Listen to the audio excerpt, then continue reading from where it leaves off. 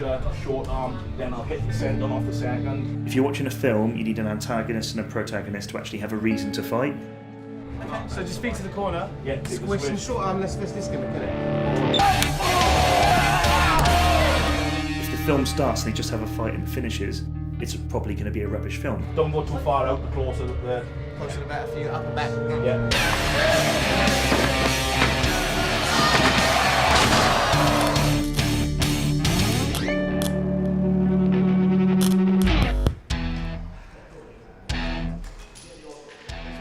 I get most excited probably once the doors open and everyone's in and the show starts because I can't control it then. But at this point I'm a nervous wreck because I know there's probably about another 200 things that need to get done. And now it's okay, it's when all the wrestlers come and start asking questions and we've got like 40 of them tonight, so that's where it gets really stressful.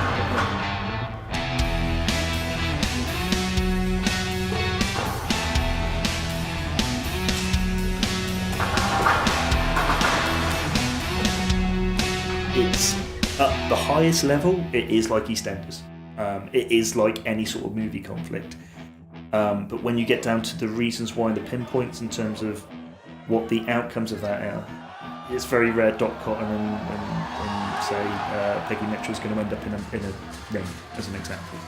When we talk about things, we don't necessarily talk about we want this to happen this show, and this to happen this show, and this to happen this show. What we really think about is we take this one character and we think about their arc and where it is we want them to get to. What's the destination that we want them to get to, and how do we get them there?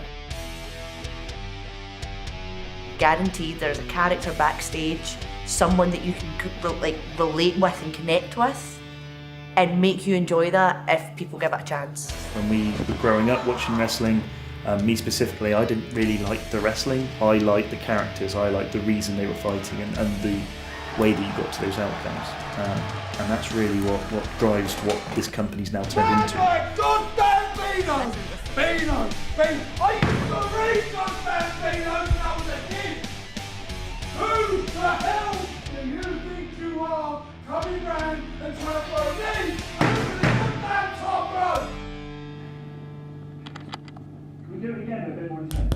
We felt strongly that if we invested a bit more time into the why the match is happening or the why there is that conflict, it gives people more of a reason to invest their time and their energy, but also from a business perspective, their money, because they buy tickets to come back, to make them want to come back to see what we do. Hey, you weren't there! Surely you did eliminate him! Let's calm this down, alright? Next show, we've got a rematch for who? Like in an amplified way, I just want to have fun, I want to be colorful, I want to do what it is that I do, and some people receive it and some people don't. I'm just happy a lot of people receive it.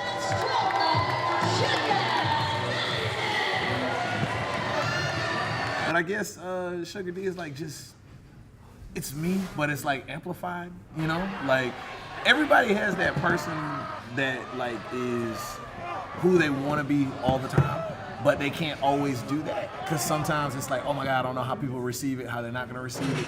And it's like, nah, like this is just me. So I had a lot of fun the last time I was here. And when they asked me to come back down this time, I just thought, yes, like, definitely. So Dick Riley. Do a run in, Dick Riley. Yeah, let's do it at the same time. I have a 60-hour-a-week job, which keeps me going. But, and then I do this 3-4 times a week. this is my full-time gig, yeah. Wrestling pays my bills. Well, I heard you saying before, wrestlers are exaggerated versions of themselves. This is going to be awkward because I'm Dick Riley. Yeah, Richard is more like a normal person, but Dick is just fun, out to have fun. It's near enough how I am outside of this. Or I'll be in work and telling the boys, oh my boys, do you know what I mean? My neck's hurting, my back's hurting. People think it doesn't hurt. People think that scripted entertainment is not dangerous. Everything that I've just done out there, that split second later or earlier, could have broke my neck, could have broken an arm, could have. Do you know what I mean? People think that because this is entertainment that it's not a scary thing, that anybody can do it. Anybody can do it with the right training if they're athletically gifted enough. From the smallest, tiniest acorns, the biggest oak trees grow. And I think it comes from how it's structured. We've got the 3 best friends that anyone could have. And because they are so tight, that resonates. Right, we had an idea about 7 years ago, just me and him. We were like pondering the idea of running a couple of shows, and then Dave, the other owner, sort of spoke to us and said, "Oh yeah, I quite like the idea of doing it as well." It's a pet project of myself and two of my friends, and it was originally meant to be something where we got frustrated with the way the wrestling companies were working in the area, and we thought we could do things differently. And about 5.5 years ago, we put on a show. We hoped enough people would show up, and it's really just mushroomed into this crazy thing which has basically taken over my life. Dave's been a lot of the driving force behind where we've come from to where we are. He's always been like trying to push forward and expanding what we do. Dave's a people person, yeah. People person. I was thrilled to get the offer to come here because it's such a community spirit.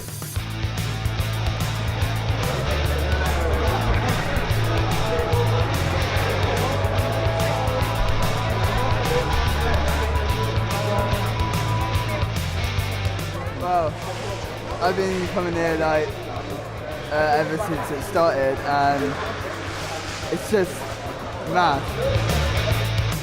I think these smaller community shows are fantastic because it's like, see, not just for like the adults that are there enjoying themselves, like you've got something to do on a Saturday night, like so the kids enjoying it as well. Like I've got so much time for kiddies that are here enjoying wrestling. Like a little girl was showing me a karate kicks tonight. This is where the fruit starts to grow. You know, this is where the tree comes from. You don't get that without having this. You can try and manufacture it, but you don't get the same experience. Champions don't lose. Slide back in. One of my favorite things, honestly, that I get into over here is the football chanting. You've been to a game? Yes. But then they've adapted that to wrestling chants, and it's the greatest thing, man. Is it not like that in the States? Definitely not. Really? See, it would require this thing called harmony and rhythm, and they're not really on it. That's why you have to lead them like this, so they know when to clap sometimes. So.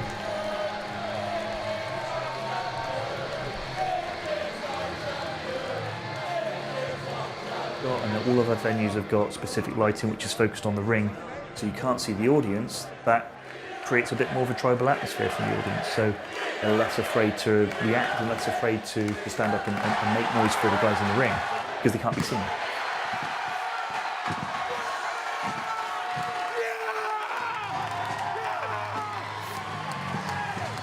Because we want to make it inclusive for everybody, everybody felt inclusive or included.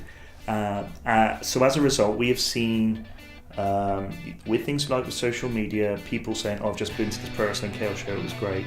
Somebody else might see that and then they'll go, "Oh, you were at that Chaos show. Oh, we should meet up next time. We should chat. We should start to share their feelings on it."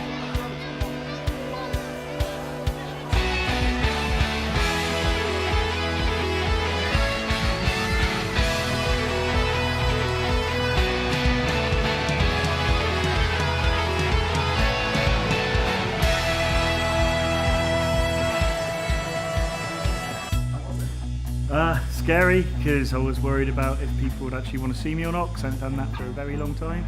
And the fact that we kept doing a bit of a surprise, so nobody knew what we were going to do. But it was, I got told the reaction was nice. As soon as I go out there, it's like white noise, because I was so nervous. I still got adrenaline going through me now, so my voice probably sounds different. I'm just shocked, to be honest.